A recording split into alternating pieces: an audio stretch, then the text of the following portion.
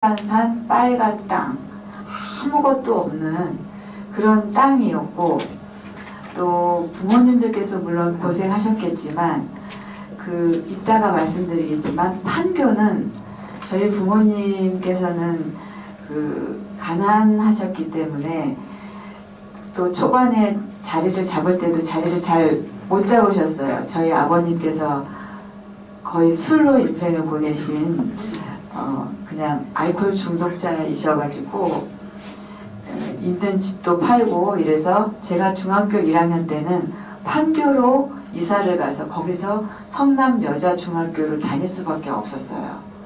그때 판교는 화장실도 거의 없어서 볼일을 보면 밑에 돼지가 문화를 한 거를 먹는 그런 곳이었었어요. 판교가.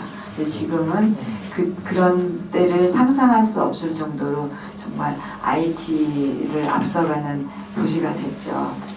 오늘 제가 말씀드린 이야기는 짧게 넘어갈 거고, 아까 선생님이 말씀하셨던 남한산성이나 신라시대 이런 깊은 이야기를 이 시간 동안에 다 하기는 어렵기 때문에 간단하게 말씀드리면서 제가 겪었던 이야기들, 또 아까 국장님이 말씀하셨던 정금란 선생님이라는 분에 대해서도 제가 잠깐 언급을 하겠습니다.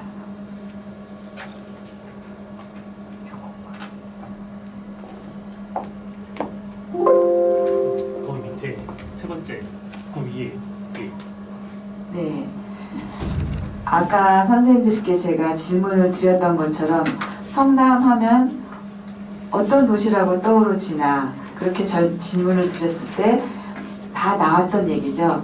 IT 기업이 모여있는 신도시, 특히 판교는 그 대표적인 도시로 알려져 있고요. 또 보통 사람들이 이야기하기에는 성남, 서울에서 가까운 도시, 또 판교가 있잖아, 이런 이야기를 또 많이 하세요. 그렇지만 성남이라는 도시는 정말 깊은 역사를 가지고 있고, 또 시민들의 한과 울분과 또 희망과 미래가 아주 복합적으로 그것들을 다 품고 있는 도시라고 생각을 합니다. 처음에는 우리나라 곳곳이 다 그랬겠지만 숲과 논으로 성남도 펼쳐져 있었겠죠. 거기서 이렇게 소를 몰며 농사를 짓고, 전국 어디에서나 마찬가지로 한반도 땅 내에는 모두 이렇게 밭을 갈고 농사를 지으면서 소규모 단위로 모여서 쌀 농사를 짓고 채소 농사를 짓고 그러면서 살아갔을 겁니다.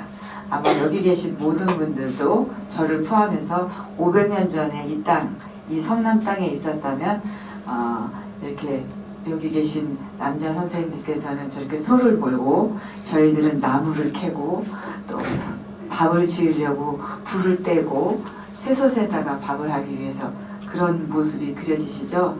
누구나 그렇게 이 땅에서는 누구나 그렇게 살고 있었습니다. 그렇게 쭉 살아왔는데 이 땅에는 평화만 있었던 건 아니죠. 저는 겪지 못했지만 일제강점기 시대에 우리나라 모든 전국 사람들이 이런 고통의 삶을 살았습니다. 모두 배고팠고 또 가족들이 다 뿔뿔이 헤어졌고 또 아까운 목숨들을 많이 잃었죠. 또 자식들도 많이 잃었고, 이런 삶들은 성남 이 땅에 살았던 사람들 누구도 다 겪었던 일이었습니다. 지금은 저희가 여기를 성남이라고 부르지만 예전에는 광주 땅이 굉장히 넓었어요. 그래서 광주가 넓을 광자예요. 얼마나 광주 땅이 넓었냐면 여기 보시면 1963년도 광주군 언주면 역삼리 반포리 노년리, 광주군 안에 이런 역삼리 반포리 노년리 신사리 압구정리 청담리 삼성리 대치리 이렇게 있었습니다. 그런데 그게 지금은 강남구 서초동으로 해서 금싸라기 땅인 어마어마한 땅값이 비싼, 아파트값이 비싼 그런 곳이 되었었죠. 63년만 해도 모두 다 광주군 안에 속해 있었어요.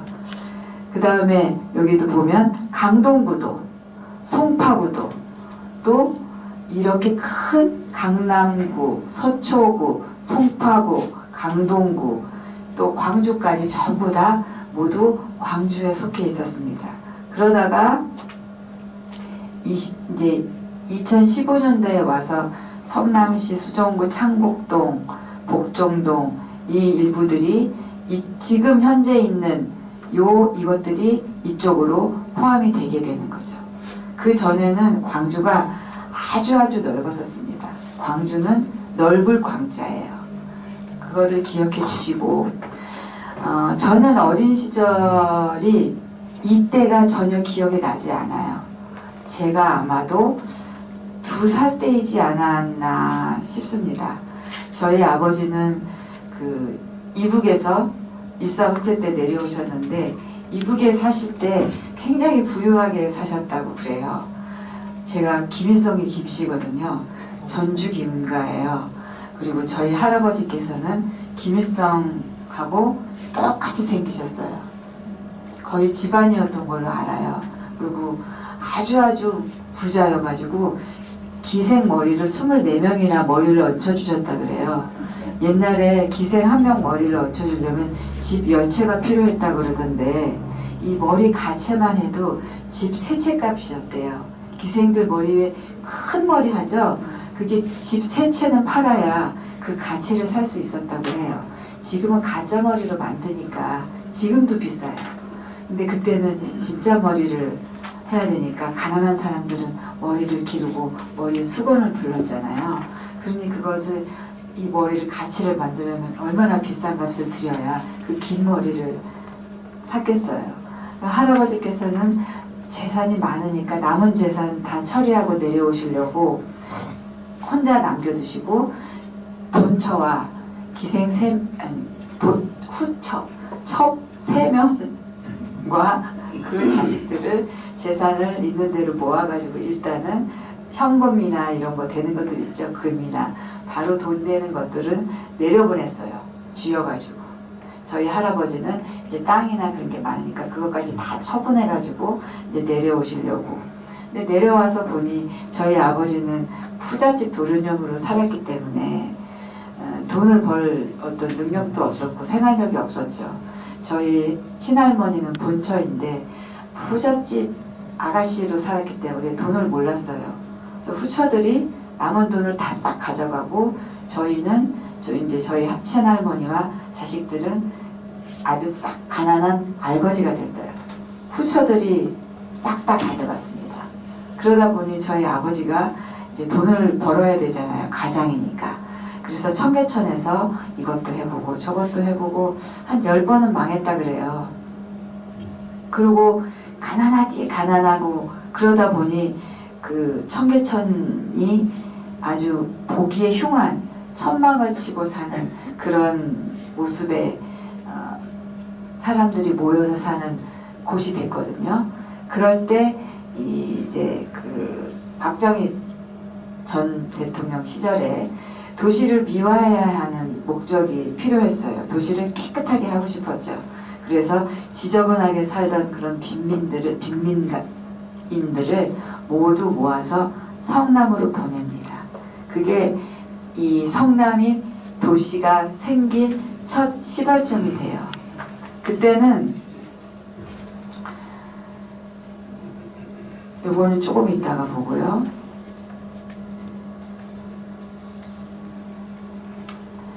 요거는 성남시청이 이제 만들어질 텐데 지금 이러한 모습처럼 처음에 성남으로 가라고 무조건 하면 사람들이 성남이 어디 있는지도 모르고 거기가 어딘데 우리를 그리로 보내나 그럴 거 아니에요. 말을 따라주지 않을 거 아니에요.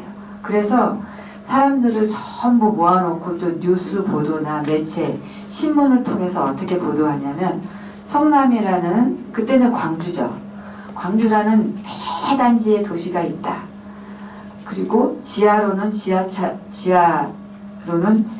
차들이 다니고 또 지상으로도 지상 도로를 만들어서 지상으로 도로가 다니고 상가들이 많고 집들이 아주 화려하게 잘 지어져 있다. 너희들이 어렵게 사니 너희들을 그쪽으로 데리고 가서 잘 살게 만들어 주겠다라고 대대적으로 발표를 합니다. 매체를 통해서 또 신문, TV를 통해서. 그래서 한밤중에 이 사람들에게 이미 광고가 됐잖아요. 야, 광주 가면 집도 준대. 그리고 잘 살 수 있대. 이렇게 모두 믿고 있었어요. 그러니까 가난한 사람들이 서울에서 사는 것이 막막하니까 그 말을 믿고 자, 광주로 갈 거니까 얼른 차에 타! 이러니까 모두 다 그냥 간단한 살림도구들만 챙겨가지고 트럭차에 다 탔다고 해요.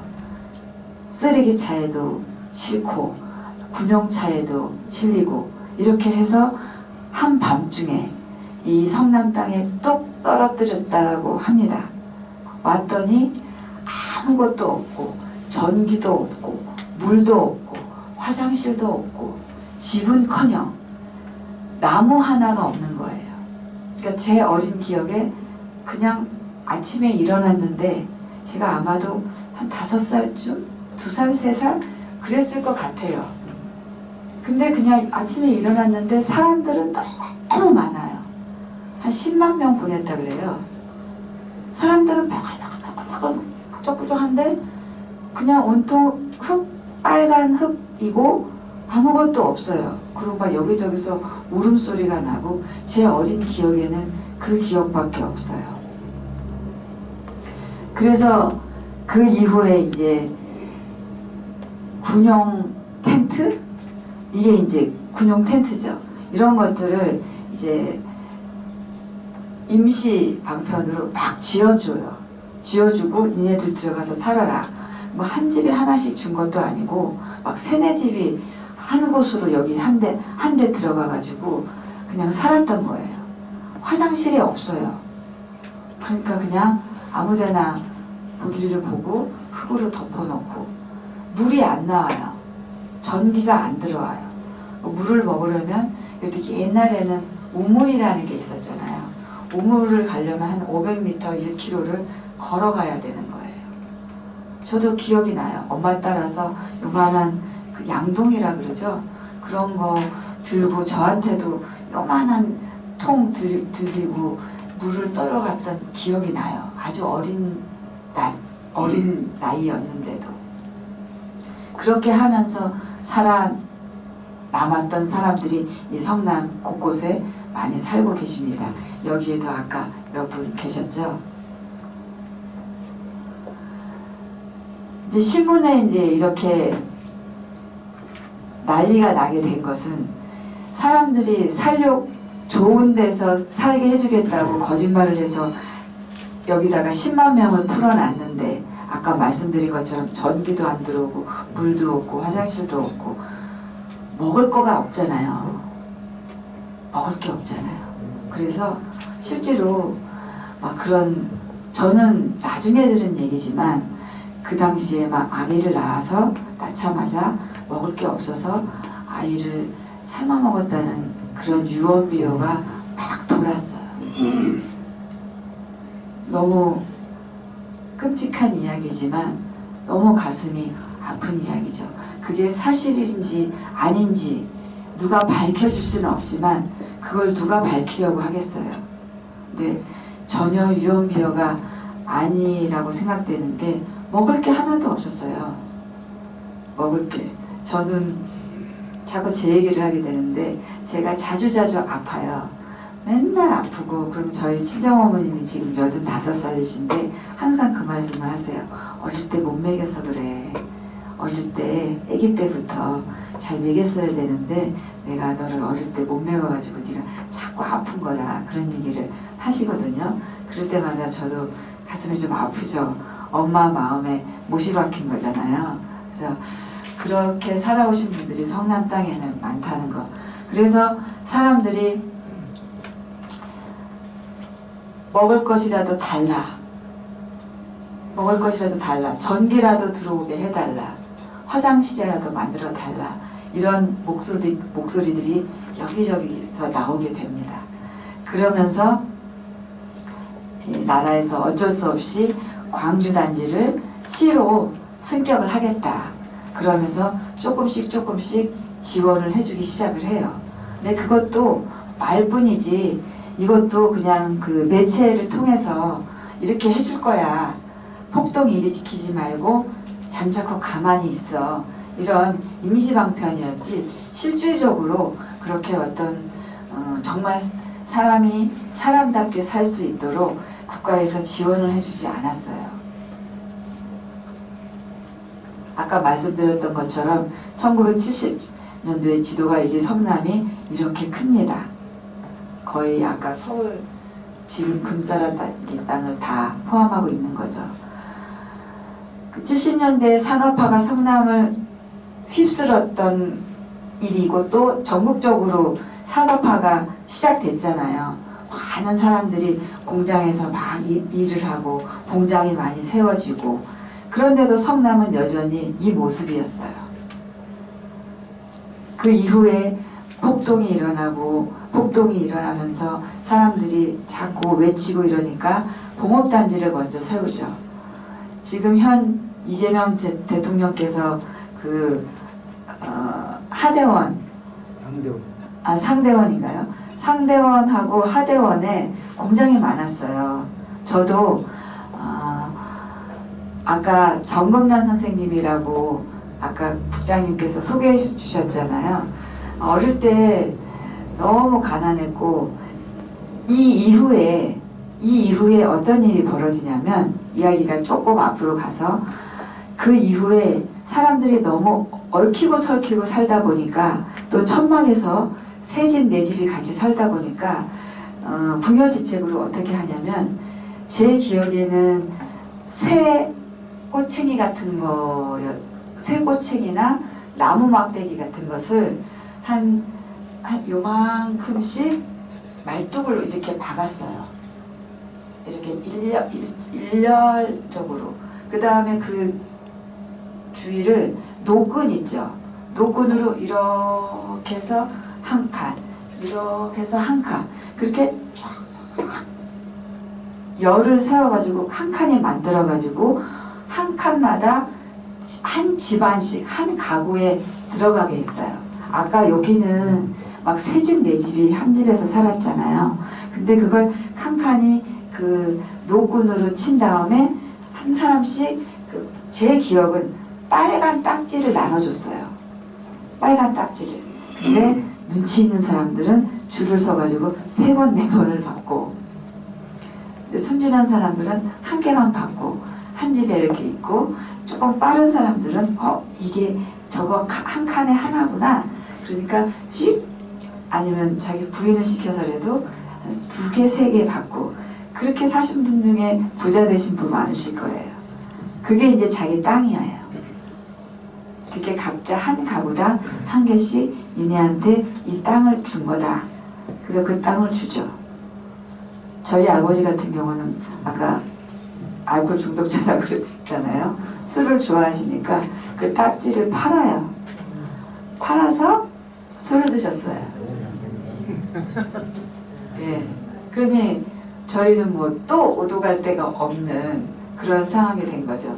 그 당시에 딱지를 잘 모으셨던 저희 아버지에게 술값을 주고 그 딱지를 사셨던 분들 또 조금 그 머리가 잘 돌아가서 3개, 4개 받으셨던 분들 성남에서 아마 꽤 부자로 사실 겁니다. 그 땅이 자기 땅이 된 거거든요. 이런 모습이었어요. 여기는 그래도 지금 이게 다 나눠주고 칸칸이 이 산을 깎을 생각도 안 했어요. 칸칸이 나눈 다음에 그 다음에는 이렇게 하나씩 지은 거예요. 여기도 지금 칸칸이 나눈 거예요. 요만큼씩. 여기는 나눠져 있었던 것을 아마도 이 사람이 3개를 가졌던가 그렇겠죠? 이 사람은 요 2개를 가졌던가. 근데 집을 2개 지을 필요는 없으니까 땅은 가만히 놔두고 이렇게 살고 있었던 거예요. 저희 아버지는 요 땅을 술값으로 팔아가지고 저희는 그 땅이 없었죠.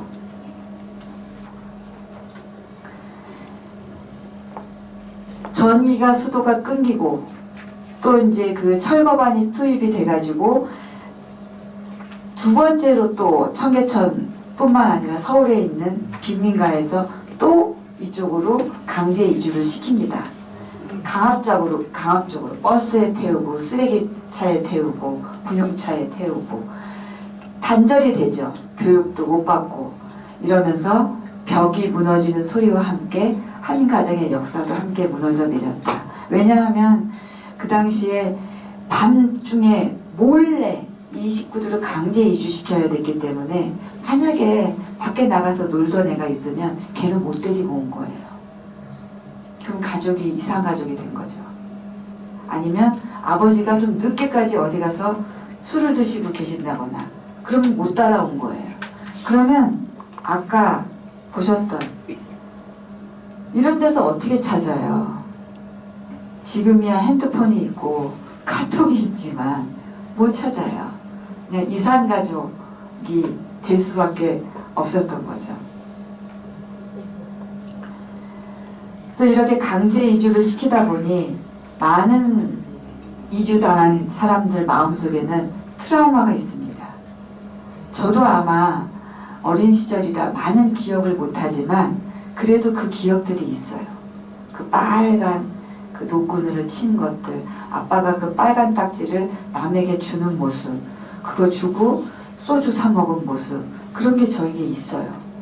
그게 다 트라우마죠.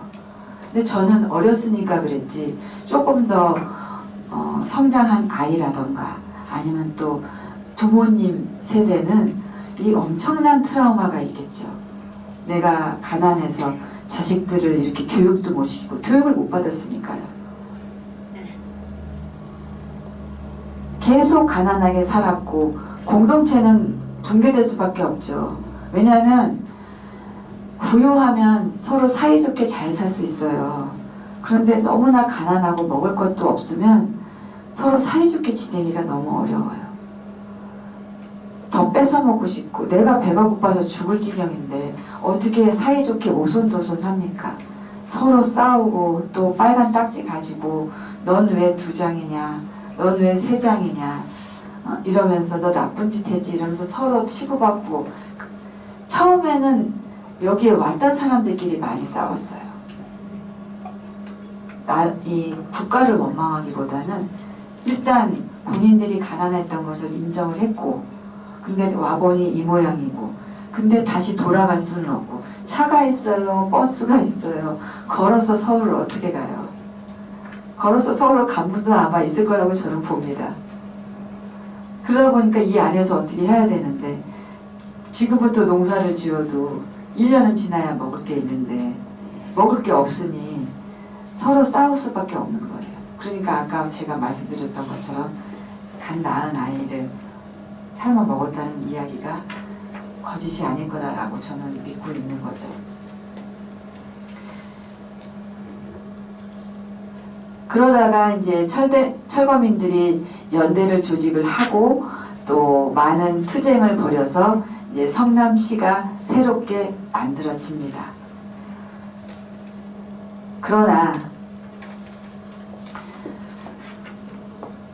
이 1980년도에 광주 항쟁이 있었던 것처럼 성남 시민들은 그 광주시청이 만들어지면서 뭐 좀 더 잘 되겠지 했지만 그렇지 않았어요.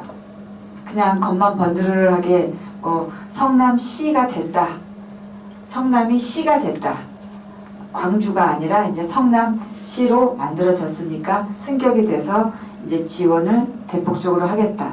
말만 그렇게 했고 사실상은 그렇지 않았어요. 지금 이것은 80년대 광주 항쟁의 모습이 아니고 제가 일부러 이렇게 써놓은 건데요. 광주 시민 민권운동이라고 해야 맞습니다.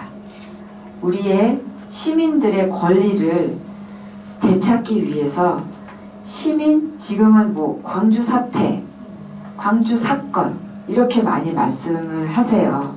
제가 일부러 여러분들에게 기억에 그리고 여러분들이 필기를 하시라고 일부러 그렇게 합니다. 성남 시민 민권 운동이라고 하셔야 맞는 말입니다.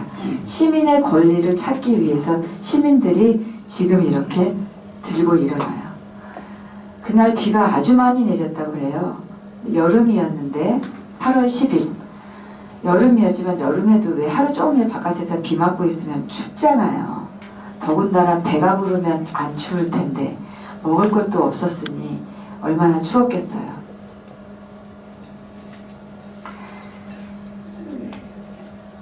(1980년) 광주, 지금 성남입니다. 광주를 포함해서 대한민국의 심장에 불을 지폈습니다. 선생님. 네. 그 70년대 일어난 게 아니고 네. 71년 8월이거든요. 예, 맞아요. 이거는 우리 80년대 광주 항쟁이 일어난 모습처럼 그렇게 된 거고요. 제가 조금 내려볼게요. 여기 보면 신문에 난 내용입니다. 광주 대단지. 이때는 왜 이 신문은 왜 여기서는 간체를 썼는지 잘 모르겠어요. 제가 그 이유는 찾지를 못했는데 광주 대단지 사건, 집단 난동의 극을 이룬 광주 단지 사건. 여기는 난동이라고 표현을 했어요. 그게 당시에 국가 주석, 우리 국가를 이끌었던 대통령의 사고였습니다. 이러고 버스를 타고 이제 시작을 한 거죠. 경향신문에 나온 겁니다. 차가 불이 타고 이 사람들이 온갖 비를 맞으면서 이제 민권 운동을 시작한 겁니다. 여기에도 이제 여러분들이 고치셔야겠죠? 여러 번 고치시면서 기억에 남으셔야 돼요. 성남 민권 운동이라고 꼭 고쳐 적으세요. 성남 민권 운동. 그래서 여러분들이 앞으로 말씀을 듣거나 말씀을 하실 때 광주 사태, 광주 사건 이런 말이 아니라 누군가가 그렇게 말을 할 때 그 말이 틀린 건 아니지만 그것보다는 성남 민권 운동이라고 말해주면 더 좋을 것 같아요 라고 말씀을 해주셨으면 좋겠습니다. 성남 민권 운동이 남긴 사회적인 울림이 있습니다. 이 성남 민권 운동을 시작으로 해서 전국적으로 이런 민권이나 인권 또 이 민주가 무엇인지 이런 가치에 대해서 사람들이 많이 생각하게 돼요. 처음에는 매체에 나오지 않았다가 이게 너무나 과열되다 보니까 매체에서도 나와서 취재를 해갔죠. 그래서 사람들이 그것들을 알게 돼요. 그러면서 시민들의 어떤 민권이라는 게 뭘까? 우리는 그것들을 누리고 살고 있는가? 과연 이 땅은 민주주의인가? 이것들을 생각하게 되죠. 그러면서 성남 시민사회 운동이 촉발이 됐고 청년층에서 사회적으로 각성을 하게 되는 계기가 됩니다. 성남 민권 운동 이후에 성남의 청년들도 깨어났고 진실은 침묵 속에서도 흐르고 있었습니다. 그 이후에 성남 시민의 의식은 성남에서 민주화운동 단체가 막 생기기 시작해요. 지금도 남아있기도 하고요. 또 뭔가 불의한 것들에 대해서 아주 민감하게 반응을 해요. 다른 지역에 있는 분들보다도 뭔가 이게 의롭지 못하다. 이거 뭔가 옳지 못한 일 같다. 이런 것에 대해서 굉장히 더 민감해집니다. 사실은 저도 그래요. 불의를 참지 못해요. 예전에 예술고등학교의 강의를 제가 오랫동안 나간 적이 있는데 여러 곳을 나갔거든요. 여러 곳을 나갔다가 여러 곳 다 제가 한바탕 쿠데타를 일으키고 다 제가 딱 사직서를 내고 나왔어요. 왜냐? 의롭지 못해요. 학생들을 가르치는 선생님들이 돈 많은 아이만 레슨을 해주고 돈 없는 아이는 가르쳐주지 않아요. 그리고 돈 있는 아이만 좋은 대학의 시험을 볼 수 있도록 그 서류를 써주고 돈 없는 아이는 안 써줍니다. 실제로 제가 겪었던 일이기 때문에 이거는 뭐 고소당한 일은 없어요. 그리고 대학 무용과 시험을 보려면 작품이 있어야 해요. 뭐 1분 30초짜리 뭐 이렇게 작품이 짧은 작품이 있어야 되는데 그런 것들은 원래 예고 강사 선생님들이 짜줘야 돼요. 그런데 돈 있는 애들한테만 500씩 받아가면서 짜주고 돈 없는 아이는 작품을 안 줍니다. 그럼 그 아이는 어떻게 해요? 시험을 보고 싶어도 못 보죠. 공부를 잘해도 대학을 시험을 칠 수가 없어요. 그래서 너무 안타까워서 제가 너무 잘하고 너무 이쁘고 공부도 잘하는데 돈이 없어서 작품을 없어서 시험을 못 보는 아이를 제가 보고 몰래 가르쳐줬어요. 작품을 몰래. 그랬더니 그 다음날 17명이 찾아왔어요. 17명이 찾아와서 선생님 저도 작품이 없어요. 그러니 어떻게 하겠어요? 작품을 짜줄 수밖에요. 제가 그렇게 된 그런 마음을 먹게 된 이유는 아까 우리 국장님께서 정금난 무용지의 이야기하면서 정금난 선생님 말씀하셨죠? 제 얘기를 잠깐 하고 조금 쉬었다가 또 이어갈게요. 아까 말씀드린 것처럼 알코올 중독자의 저희 아버지, 포장마차로 저희를 먹여 살렸던 저희 어머니, 그러면서도 학교는 다녔어요. 왜냐하면 초등학교는 그때는 돈을 육성회비를 안 냈던 걸로 제가 기억을 해요. 아니면 내더라도 아주 작았기 때문에 내고 다녔던 것 같아요. 근데 중학교는 조금 더 비쌌어요. 그리고 가난한 아이들에게는 우유와 빵을 나눠줬죠. 그래서 저는 우유와 빵을 맛있게 먹었습니다. 그리고 어느 날 제가 또 가난하긴 했어도 조금 똘똘하기는 했던 것 같아요. 그래서 그 중학교 때 제가 1학년 때 반장이었거든요. 반장인데 아침 조례 시간에 저희 담임 선생님이 안 오시는 거예요. 그래서 이렇게 교무실에 가서 앞에 계신 선생님께 선생님 저희 담임 선생님 안 나오셨어요. 아침 조례해야 되는데요. 오늘 너희 선생님 늦으신다더라. 네가 가서 저 칠판에 이제 전달사항 같은 게 있잖아요. 그거 메모해 가서 애들한테 알려줘. 네. 그러고 가려고 하는데 선생님이 너 이리 와봐. 네. 그랬더니 너 무용 안 할래? 그러세요. 너무 하고 싶습니다. 근데 왜 무용반을 들지 않았어? 무용을 해보지 않아서요. 그럼 무용반을 들을래? 그래서, 너무 좋아요. 감사합니다. 그래서 무용반을 들었는데 그 무용반하고 연결된 게 정금단 선생님이 운영하셨던 성남무용학원이었어요. 성남무용학원이었는데 그때 학원비가 중학교 2학년이었는데 15,000원이었어요. 그래서 15,000원을 엄마한테 몇 날 며칠을 울었던 것 같아요. 엄마 15,000원, 15,000원. 그래서 15,000원을 받아서 학원비를 딱 내고 한 달을 다녀요. 너무 열심히 다녔죠. 좋아했으니까요. 근데 한 달 다니고 나니까 엄마가 더는 없다, 못 준다, 어떡하니 미안하다 그러시길래 지금 같으면 선생님께 찾아가서 선생님 죄송합니다. 제가 학원비를 내지 못해서 오늘까지만 나오고 내일부터는 못 나오겠습니다 하고 예의 바르게 했을 텐데 그때는 철이 없고 어렸잖아요. 그러니까 그냥 말씀 안 드리고 안 나가버린 거예요. 그리고 그냥 학교 끝나면 집에 와서 TV 보고 그냥 이렇게 있고 의욕도 없고 공부도 하기 싫고 그렇게 2달이 지났는데 어느 날 밤에 깜깜할 때 저는 방에 있었고 TV 보고 있었고 목소리가 들려요. 계세요? 하는데 저희 정금남 선생님이신 거예요.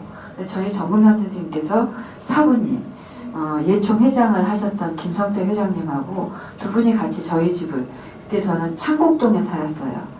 그때 당시에도 창곡동은 성남에서도 제일 가난한 동네였습니다. 창곡동에서 이제 새 살고 있을 때예요. 집에 찾아오셨어요. 그래서 선생님 안녕하세요. 그러니까 저희 선생님께서 아이를 왜 학원에 보내지 않습니까? 그러니까 죄송합니다. 저희가 형편이 넉넉치 않아서 아이를 보낼 수가 없네요. 선생님 죄송합니다. 근데 저는 집에 있는데도 엄마한테 나 그래. 죄스러운 마음과 뭔가 복합적인 어린 마음이 있었어요. 그러니까 저는 없는 줄 알고 저는 방에 있었고 선생님은 요만한 이렇게 조그만 마루 같은데 이렇게 앉아서 저희 어머니와 이야기를 나누는데 이제 형편이 어려워서 못 보냅니다. 그랬더니 저희 선생님께서 걱정하지 말고 아이를 저한테 주세요. 저한테 보내주시면 이 아이는 커서 꼭 제 몫을 할 아이니까 이 다음에 꼭 큰 일을 할 아이니까 돈 걱정하지 마시고 그냥 보내주세요. 이렇게 말씀하시는 거예요. 그래서 그때부터 대학 갈 때까지 학원비 하나도 안 내고 또 대회 나갈 때 작품비도 선생님한테 10원도 안 내고 옷은 맞추려면 비싸요. 그때만 해도 막 100만 원 하고 그랬어요. 실크로 맞추니까. 근데 우리 선생님께서 그럴 만한 돈이 저에게 없는 걸 알고 동대문 시장 가서 싸구려 천을 끌어다가 선생님이 제 봉투로 한복을 대충 만들어 주셨어요. 그래서 그걸 입고 대회를 나갔죠. 그랬는데도 저는 항상 1등을 했답니다. 워낙 특출나게 잘했던 거죠. 그러면서 선생님께서 그런 말씀을 하셨어요. 미영아, 선생님은 가난하다고 기죽고 이렇게 쭈그러들고 그런 거 싫어한다. 집이 가난해도 마음만은 가난하지 말아라. 이렇게 말씀을 하셨어요. 저는 그 말씀을 평생 여기다가 담고 삽니다. 그래서 어디 가서도 당당하고 또 선생님에게 받았던 은혜를 되갚기 위해서 아까 말씀드렸다시피 첫 아이 1명 무료로 작품을 짜준 그 이후에 17명이 쭈르륵 왔을 때 1초도 망설이지 않고 밤 늦게까지 학교에서 아이들을 작품을 짜서 다 대학을 보냈어요.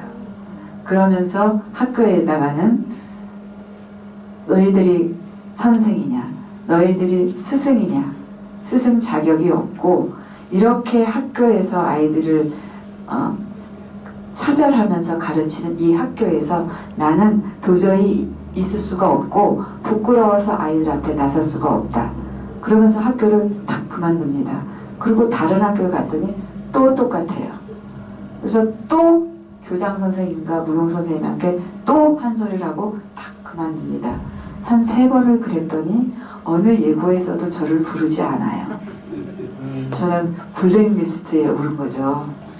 그래도 대학 강의는 많이 했습니다. 그만큼 정금란 선생님께서는 저뿐만이 아니라 많은 분들, 많은 사람들을 무료로 가르치셨고 또 제가 이렇게 박사까지 어떻게 이런 걸 상상했겠어요. 중학교 때 중학교 선생님이 저를 너무 이뻐하셔가지고 교장 선생님께서 저를 불러다가 어느 날 그러시는 거예요. 미영아, 너는 똘똘하고 그런데 대학을 갈 형편이 못 되니 그때 이름이 갑자기 생각이 안 나네요. 무슨 상고가 있었어요. 무슨 여상 생각이 성보여상이요. 성보여상 교장 선생님을 내가 잘 안다. 네가 거기 가서 거기에 있는 학생들을 춤을 가르쳐주면 너한테 한 달에 월급도 준대더라. 학비는 무조건 무료고 그리고 생활비까지 준다고 하니 네가 거기를 가라. 그랬어요. 그리고 엄마도 내심 그렇게 가기를 바라셨어요. 근데 저는 좀 당돌했습니다. 중학교 교장 선생님한테 아니요. 저는 고등학교 인문계 고등학교를 갈 거고요. 대학도 갈 거고요. 대학원도 갈 겁니다. 돈이 없으면 장학금 받으면서 다닐 겁니다. 그리고 아르바이트해서 학비 벌어서 다닐 겁니다. 저는 상고 안 갑니다. 참 당돌했죠. 그렇게 해서 저는 인문계 고등학교를 갔고 대학도 못 갈 거지만 집에서 못 보내준다 그랬어요. 그 입시 때 막 원서 쓰잖아요. 너무 속상했어요. 그래서 대학은 못 가지만 대학을 내가 못 가는 건지 안 가는 건지 한번 실력 테스트를 한번 해보자. 그래서 대학에 대한 정보도 없는데 여기서 570 다시 한 번만 타면 갈 수 있는 세종대학교에 제가 원서를 냈습니다. 세종대학교가 당시에 무용과 1등이었거든요. 전 그것도 모르고 차비라도 아끼려고 여기 단대 오거리에서 570 다시 한 번 타면 세종대학교 앞에 내렸어요. 그래서 거기 가서 시험을 봤는데 대학교에 무척 입시 비리가 많거든요.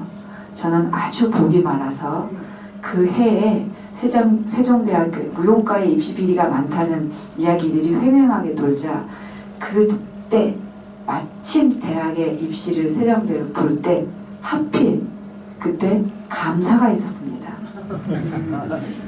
감사가 있어서 무용과 선생님들만 있는 게 아니라 뒤에 양복을 까맣게 입으신 분들이 한 20명이 쫙 있고 우리가 와서 작품이 아니라 즉흥으로 하는 시험으로 바뀌어서 시험을 봤어요. 제가 또 잘했겠죠. 네, 작품이 있거나 아니고 또 그때 당시에 그런 게 없었다면 저는 대학에 붙을 수가 없어요. 지금도 쉽지 않아요. 그런 틀들은 예고도 그렇고 이 예술계통은 그렇게 팔이 안 놀고 있는 것들이 없어지기가 쉽지가 않아요. 그렇게 해서 지금 제가 여러분들 앞에서 박사까지 받아서 강의를 할 수 있는 성남의 똘똘한 아이가 이렇게 성장을 했습니다. 감사합니다. 잠시 쉬었다가 강의를 계속 이어가도록 하겠습니다. 지금 이 사진에 보이는 것이 아까 제가 말씀드렸던 이 노끈으로 묶은 이후 거기에다가 아까 허름한 집들을 짓고 살던 사람들이 조금 더 그럴듯한 집으로 이렇게 바뀐 거예요. 네. 학교예요. 지금 정확하게는 나와 있지 않지만 제 생각엔 아무래도 풍생고등학교가 아닐까 정도로 저도 그냥 추측만 할 뿐이에요. 네. 아마도 그러지 않을까 그냥 그 정도 생각을 하고 있습니다.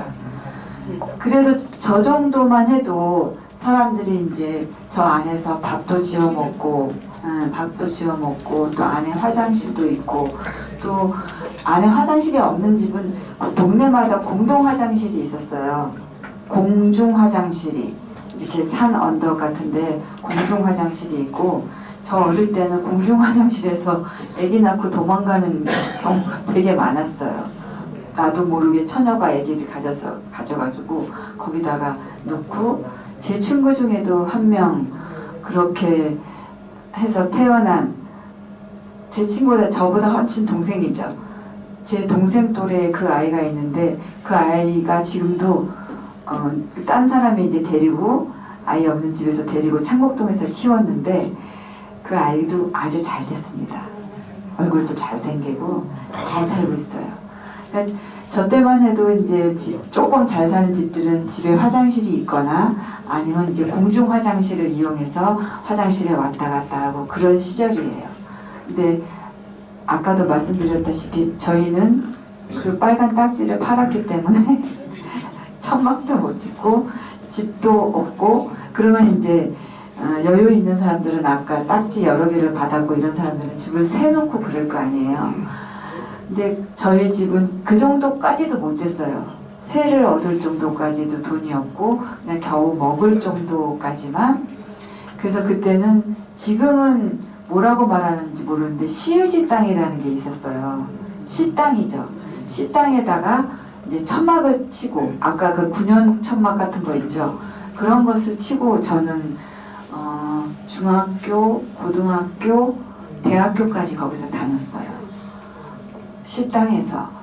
거기는 뭐 물도 길어다 먹어야 되고 전기는 옆집에다가 좀 얘기해서 돈 조금 내가지고 이렇게 하고 그랬던 시절이고 틈만 나면은 그 시에서 나와요. 그걸 때려부시러. 때려부시는데 한 번도 때려부시는 걸 못 봤는데 맨날 이제 학교 갔다 오면은 아르바이트하고 오니까 밤늦게 제가 오잖아요. 근데 엄마가 아빠랑 어떻게 다시 지어놓고 이제 이랬던 것 같아요. 근데 어느 날은 제가 학교가 휴강이 돼가지고 집에 있었어요. 집에서 조그마한 탁상을 펴놓고 이렇게 앉아가지고 책을 보고 있었어요. 근데 한 3~4명의 이런 장정분들이 도끼, 망치 이걸 들고 신발을 신고 이제 제가 사는 곳으로 팍팍팍 들어오시는 거예요. 근데 들어오셔서 그분들이 먼저 놀라시는 거예요. 제가 뭔가 공부를 하고 있으니까. 그래서 부모님은 어디 계셔? 그래서 일 가셨는데요. 물론 저희 아버지는 술을 드시러 가셨고 저희 엄마는 이제 포장마차를 하시고 그래서 너는 뭐야? 그래서 저는 대학생인데요. 그러니까 그분께서 네 분이 모두 다 웃으시는 거예요. 이런 천막집에서 살면서 대학생이라고 하니까 제가 거짓말하는 줄 알고 뭐? 그래서 공부하는 책을 보니까 진짜 대학 교재거든요. 그래서 그러니까 네 분이서 바깥에서 우성우성 거려요. 그러니까 원래는 이걸 때려부시고 가야 돼요.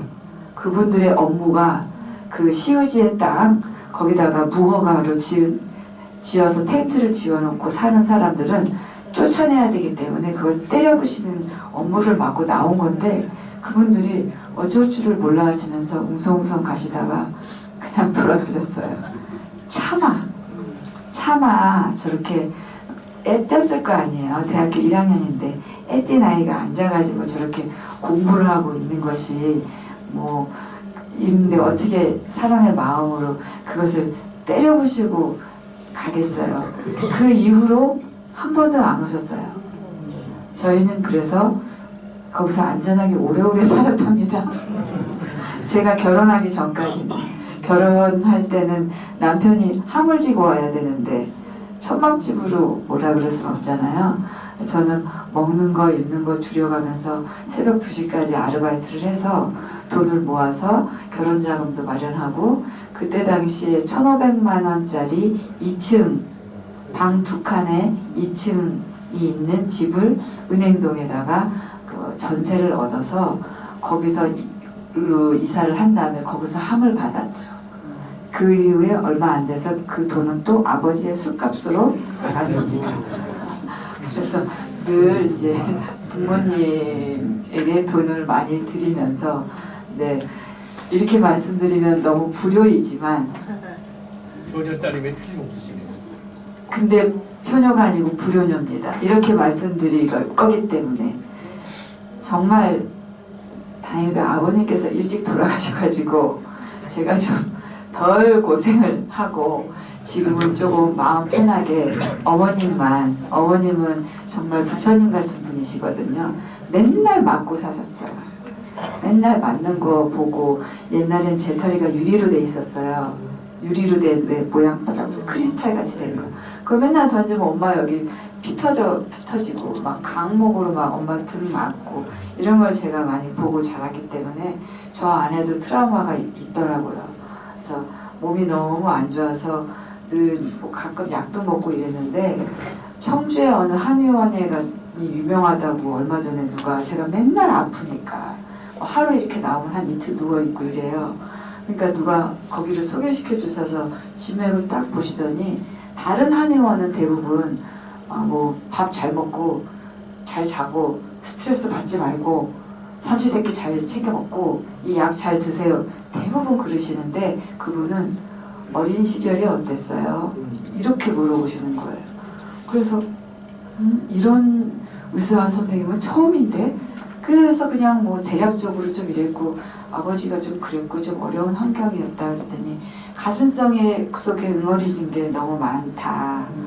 그래서 몸이 견뎌내지를 못하는 거다. 그래서 저희 엄마는 어릴 때 못 먹여서 그렇다 그러던데요. 그랬더니 못 먹은 것도 많은데 가슴속에 응어리진 게 많아서 몸이 이렇게 잘 이렇게 흐르지 않는다라고 말씀을 하시면서 약을 지어주셨는데 두째째 먹고 있는데 조금 달라요. 잠도 잘 자고 악몽도 좀 덜 꾸고 악몽도 많이 꾸거든요.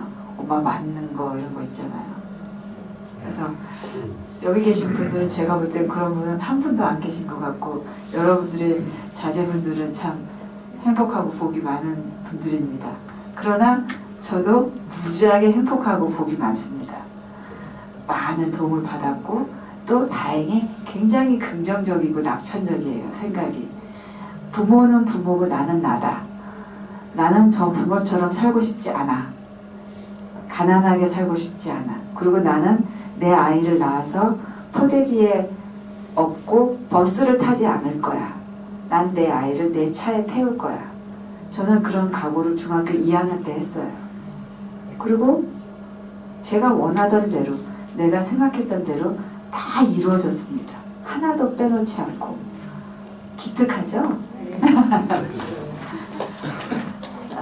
하지만 이제 성남은 포기하지 않고 그 근성이 있어요. 성남 사람들은.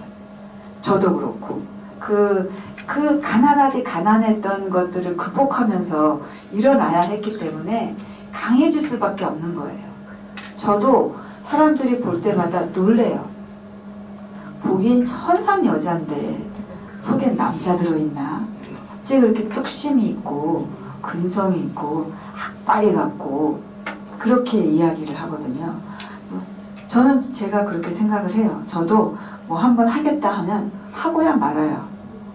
기우제를 지내는 것처럼. 기우제를 지내서 비가 오는 게 아니에요. 비가 올 때까지 기우제를 지내기 때문에 그게 기우제거든요. 그래서 저는 무엇을 하더라도 될 때까지 합니다. 안 하면 거기서 스톱이지만 내가 멈추지 않고 계속 하기만 하면 언젠가는 할 수 있는 거예요. 그래서 또 제 얘기지만 저는 어릴 때부터 한 31살 때까지 춤을 열심히 췄어요. 무용을 많이 하고 열심히 했고 얼마나 열심히 했겠어요. 친구 만나서 뭐 수다 떨고 그럴 시간도 없고 떡볶이 사 먹을 돈도 없었는데 아주 열심히 했어요. 근데 31살에 제가 갑상선암이 걸려요. 지금은 갑상선암은 뭐 암도 아니야 이렇게 얘기하지만 당시에는 그냥 암이었어요. 청천벽력 같은. 그래서 수술을 하고 병원에 누워서 어떤 생각을 했냐면 나는 오로지 춤밖에 모르고 춤만 거의 잠자는 시간하고 먹는 시간 빼놓고는 춤만 췄는데 내가 여기 속에 있는 거 하나를 떼어냈기에 망정이지 만약에 다리가 절단되거나 팔이 절단되거나 교통사고가 나서 그러면 그 다음엔 난 어떻게 살지? 그 생각을 수술하고 나서 이렇게 입원실에서 하게 됐어요. 그래서 그러면 팔다리가 없어도 할 수 있는 게 뭘까? 그랬더니 공부더라고요. 그래서 퇴원하고 나서 선생님한테 가서 선생님 제가 당분간은 춤을 쉬겠습니다. 그리고 공부를 하기 시작을 했고 그래서 성균관대학교 동양철학과를 들어가게 됐죠. 그래서 그때는 무식하면 용감하다고 조금 하면 될 줄 알았어요. 근데 이게 10년을 해도 안 되는 거예요. 그래서 15년을 무용 선생님을 한 번도 찾아뵙지 못하고 독하게 공부를 했습니다. 그래서 책 한 권을 써서 선생님을 찾아뵈려고 그랬는데 정문남 선생님 말고 또 대학 때 정재만 선생님이라고 정재만 선생님께서도 저를 먹고 살게 해주셨기 때문에 대학을 다녔거든요. 그래서 선생님께 책을 한 권, 내가 쓴 책을 한 권 탁 들고 가서 선생님 이렇게 드리고 춤하고 이론을 병행하려고 그랬는데 선생님이 교통사고로 66살에 돌아가셨어요. 그러는 바람에 그 이후 몇 년 후에 책이 나왔고 선생님 명전에는 바쳤지만 어쨌든 그런 생활을 하면서 이제 살아왔던 거죠. 그래서 요즘은 공부를 또 한참 25년을 했어요.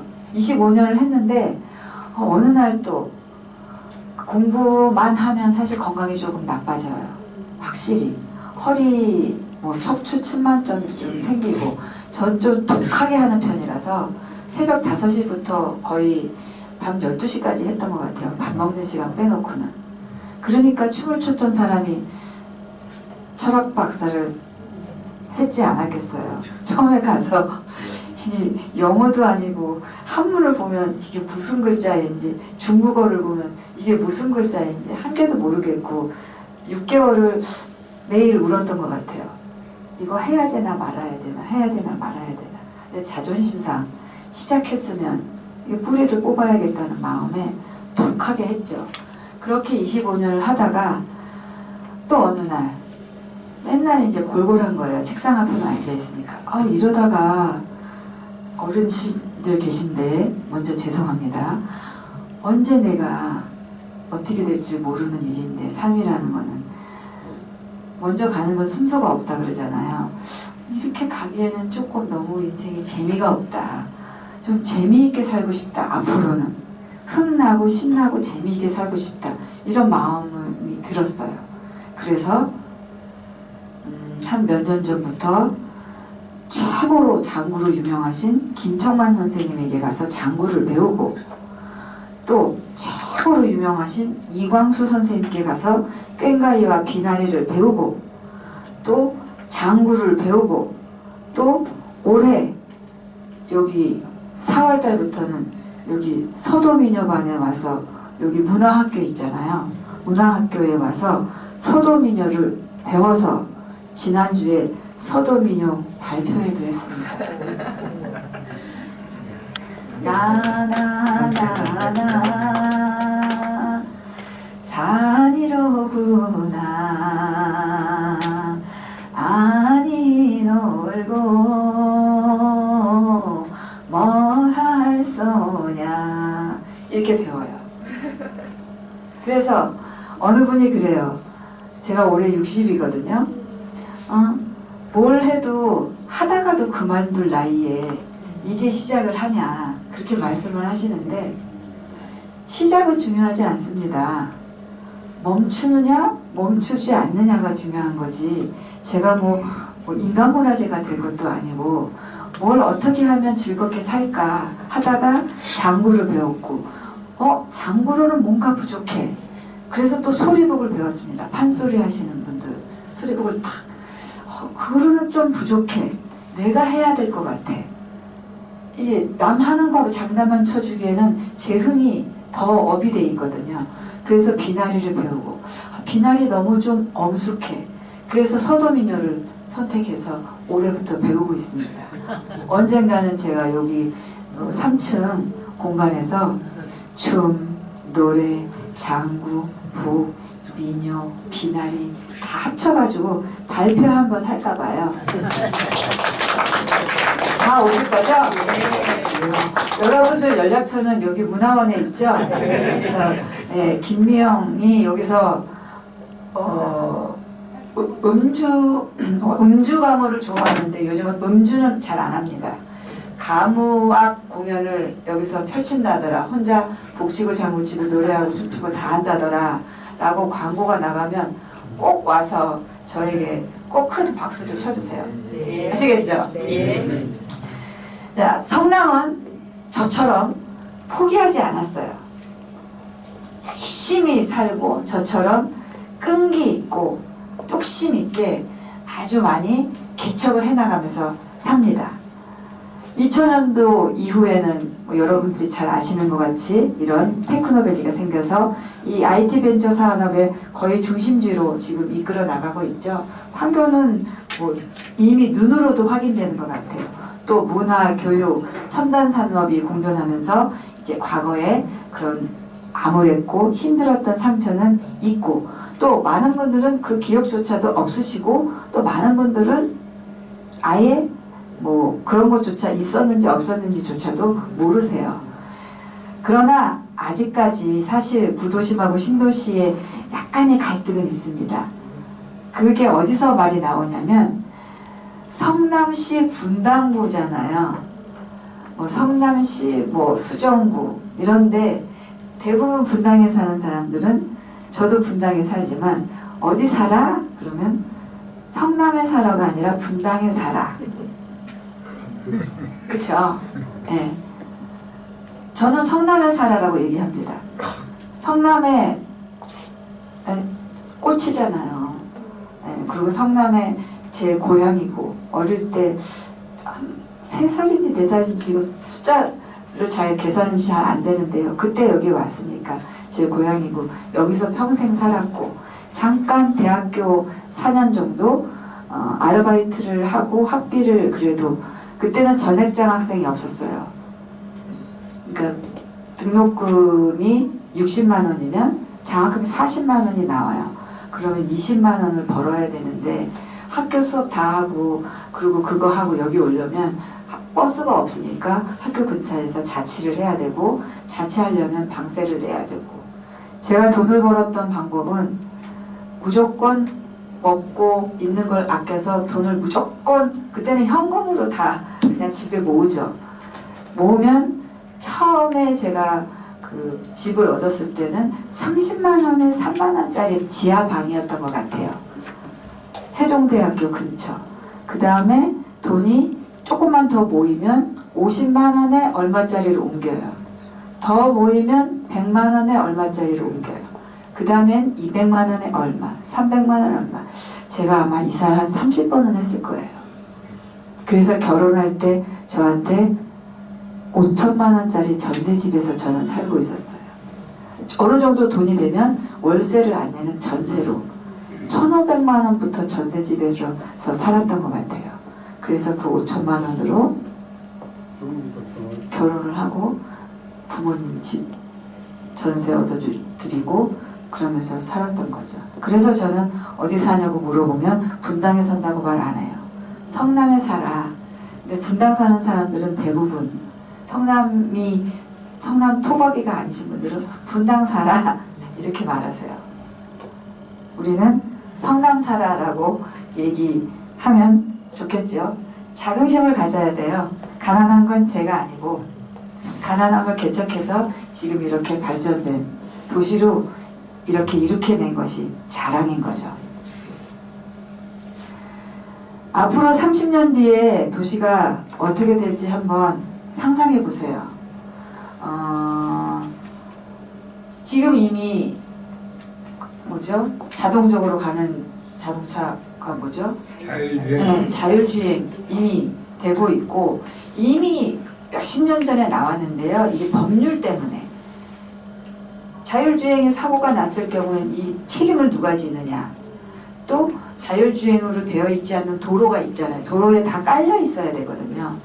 그런 도로는 또 어떻게 하느냐. 이런 것들의 어떤 법적인 문제 때문에 이게 지금 100% 시행화가 안 되는 거지 기술적으로는 이미 다 완성되어 있고요. 또 하늘로 다니는 자동차도 이미 다 돼 있어요. 그런데 이게 기존에 다니던 비행기하고 이런 법적인 문제들이 너무나 복잡하기 때문에 쉽게 결정할 수 없는 것들이어서 그런 절차들이 지금 있어서 이게 시행이 안 되는 거지 실제로 날아다니는 자동차 이미 완전히 다 돼 있습니다. 그래서 이 테크노밸리죠. 판교요. 지금의 모습이에요. 미래의 성남은 바로 이런 모습일 겁니다. 자동차의 모습은 분명 이런 모습일 거예요. 그때까지 오래오래 사셔야 됩니다. 이 모습을 보시려면. 그리고 이런 자동차가 길거리에 다니는 일은 거의 없고 그때가 되면 이런 환경 문제에 대해서 지금 이미 심각하게 생각하고 있잖아요. 지구의 온난화부터 해서 환경 이 문제가 더 크게 두드러지기 때문에 인간의 삶을 더 좋게 하기 위해서 사람들은 이런 녹지를 더 개발할 것이고요. 사람들의 이동 수단은 이렇게 위로 다니는 고속철도나 또 위로 다니는 자동차 또 이 안에도 공기를 정화시키는 모든 기술적인 것들이 다 개발되어서 인간의 삶은 지금보다도 더 어쩌면 쾌적한 삶을 살 수도 있을 거예요. 그때까지 건강하게 오래오래 꼭꼭 사시길 바라면서 아까 선생님들께 제가 좀 야단이라기보다는 조언을 들었는데요. 제가 준비한 영상에도 그 내용이 나와서 한 번만 더 용서해 주시고 그 영상을 한번 보시기 바랍니다. 잠시만 기다려 주세요. 끝으로 요거 큰 소리로 다 같이 한번 읽고 제가 건강 박수 하나 알려드리고 끝낼 거거든요. 여러분 가슴 속에 있는 성남을 응원하는 마음, 또 과거에 고생했던 사람들에 대한 위로의 마음, 또 앞으로 희망찬 이 성남의 미래를 다 담아서 큰 소리로 한번, 이건 제가 쓴 글입니다. 읽어볼까요? 다 같이 시작. 성남은 탄천의 물결처럼 끊임없이 새로움을 향해 흐르며 기술과 문화가 한 몸이 되어 세계를 향한 빛나는 도시로 솟아오를 것입니다. 그리고 이 땅의 시민들이 품은 작은 꿈들은 거대한 날개가 되어 성남을 한국의 중심 도시로 이끌 것입니다. 그리고 이 도시를 살아가는 시민들의 의지는 지평선 위로 떠오르는 태양처럼 찬란히 타올라 빛나는 성남의 시대를 이끌 것입니다. 찬란한 미래의 성남을 우뚝 세울 주인공은 바로 우리들입니다. 그만큼 우리는 모두 소중한 사람입니다. 우리 모두 소중한 사람이죠? 네.